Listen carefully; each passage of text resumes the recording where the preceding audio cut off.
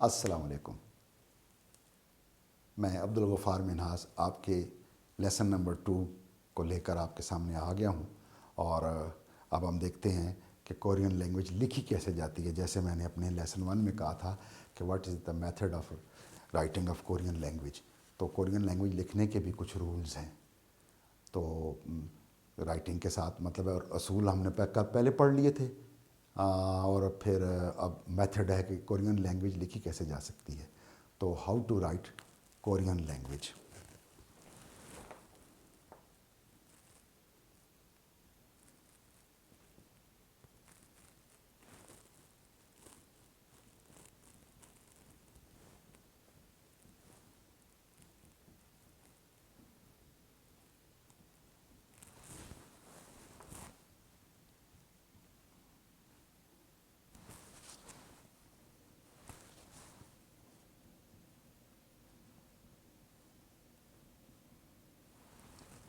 Writing method of Korean language. Note लिखते हैं।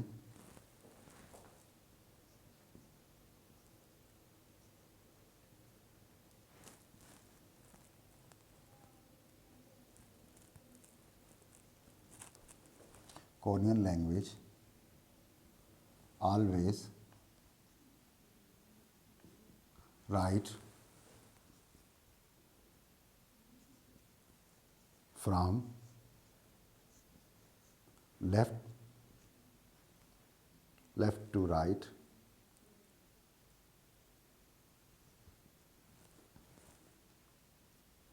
and top to bottom। Urdu में भी लिख देता हूँ। कोरियन ज़बान हमेशा बाएं से दाएं और ऊपर से नीचे की तरफ लिखी जाती है। नोट में मैंने क्या लिखा? Korean language always write from left to right and top to bottom. Korean ज़बान हमेशा बाएं से दाएं और ऊपर से नीचे की तरफ लिखी जाती है। तो कैसे लिखी जाती है इसका हम देखते हैं। पहले हम कंसोनेंट जो हमने 14 पढ़े हैं, हम उन्हीं कंसोनेंट को सामने रखेंगे और कि उनको कैसे लिखा जाता है, कि वहाँ पर आपका मेथड क्या होना चाहिए लिखने का। तो मैं इसको रेज करके दोबारा आपके सामने कोरियन राइटिंग मेथड लिखता हूँ। पहला था हमारे पास गीयोक। तो लेफ़्ट टू राइट हमने करना है और टॉप टू बॉटम हमने दाएं से बाएं लिखना है और ऊपर से नीचे, और दाएं से बाएं नहीं जाना। ये फर्स्ट। तो इसको दूसरे अल्फाज में कहते हैं राइटिंग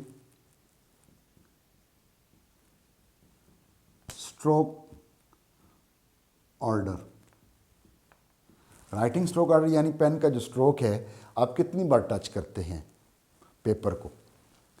मेन ये गीयक left to right and top to bottom, ये हमने एक राइटिंग स्ट्रोक में लिखने हुआ है एक ही बार। Left to right and top to bottom आपको कैसे याद रहेगा? यहाँ मैं एरो बना देता हूँ। ये एक एरो, एक तीर चला, यानी कि एक एरो चलने से आपका गीयोक लिखा गया। गीयोक आप इसको दोबारा भी लिख सकते हैं यहाँ पर कि गीयोक है, अगर आपको याद नहीं हुआ। गीयोक, गीयोक, ठीक है जी। फर्स्ट वाइस जी एंड लास्ट के, आप समझ आ गीयोक। सेकंड आ गया था नियन, ऊपर से नीचे और बाएं से दाएं, top to bottom and left to right. ये एरो, इधर भी एक ही एरो आया है, इसको हम कहते हैं नियन।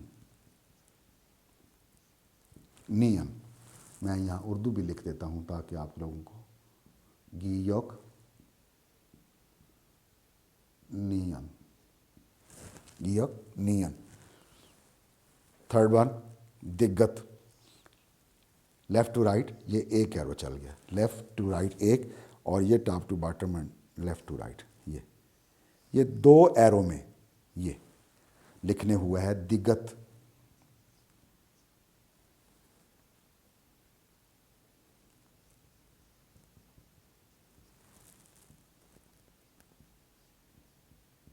दिगत, गियक नियन दिगत, आगे आ गया ये रियल।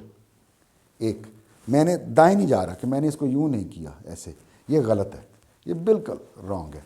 तो हमने रियल लिखने के लिए पहले एक एरो, एक लिख लिया, फिर लेफ़्ट टू राइट हम गए, ये सेकंड एरो, और फिर top to bottom and left to right, और ये हो गया आपका 3। इसको कह रहे हैं हम रियल।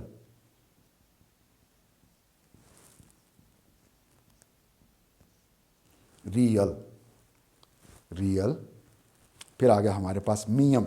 मियम ऐसा है कि इसको हम 2 राइटिंग स्ट्रोक कार्ड में लिख सकते हैं, लेकिन as per instruction of Korean instructors, not me which is a native Korean instructor, scholar जो हैं वो इसको 3 स्ट्रोक कार्ड में लिखते हैं, 2 में नहीं लिखते। मियम 1, एक एरो, थोड़ा सा बेटर कर लेते हैं, बोर्ड हिल रहा है ज़रा, ये 1, 2 और 3, ये आ गया हमारे पास मियम।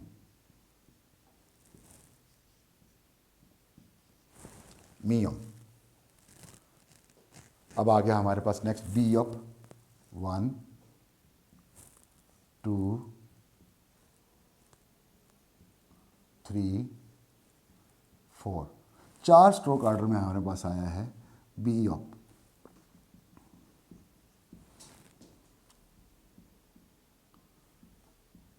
बी अप 4 स्ट्रोक ऑर्डर में हमारे पास आया है बी अप।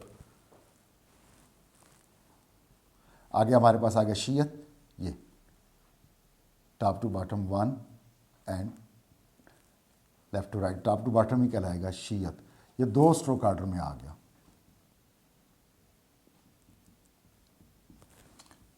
साथ में उर्दू भी आपकी आसानी के लिए, शीयत कि आपके कितने राइटिंग स्ट्रोक ऑर्डर में एक वर्ड कोरियन लिखा जाता है। और अब जो ईयंग लिखना है ना, जिसकी फर्स्ट वॉइस नहीं है, एंटी क्लॉकवाइज लिखें, यूँ ऐसे, ये ईयंग।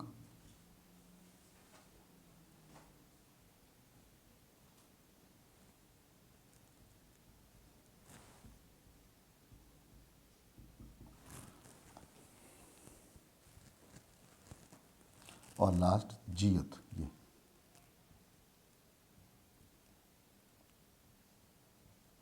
ये 2 स्ट्रोक ऑर्डर में लिखा गया है जियत।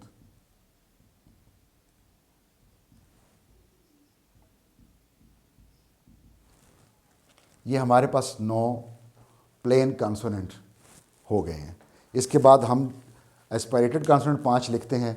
ये हमारा सेकंड लेसन यहाँ पर हम स्ट्रोक ऑर्डर पर ख़त्म कर दें। मैं फिर कह रहा हूँ कि जब तक हम इनको इस अकॉर्डिंग टू प्रोसीजर प्रैक्टिस नहीं करेंगे तब तक हमें बिल्कुल हमारे ज़हन नशीन नहीं होंगे और हम इनको याद नहीं कर सकेंगे। जी दोस्तों,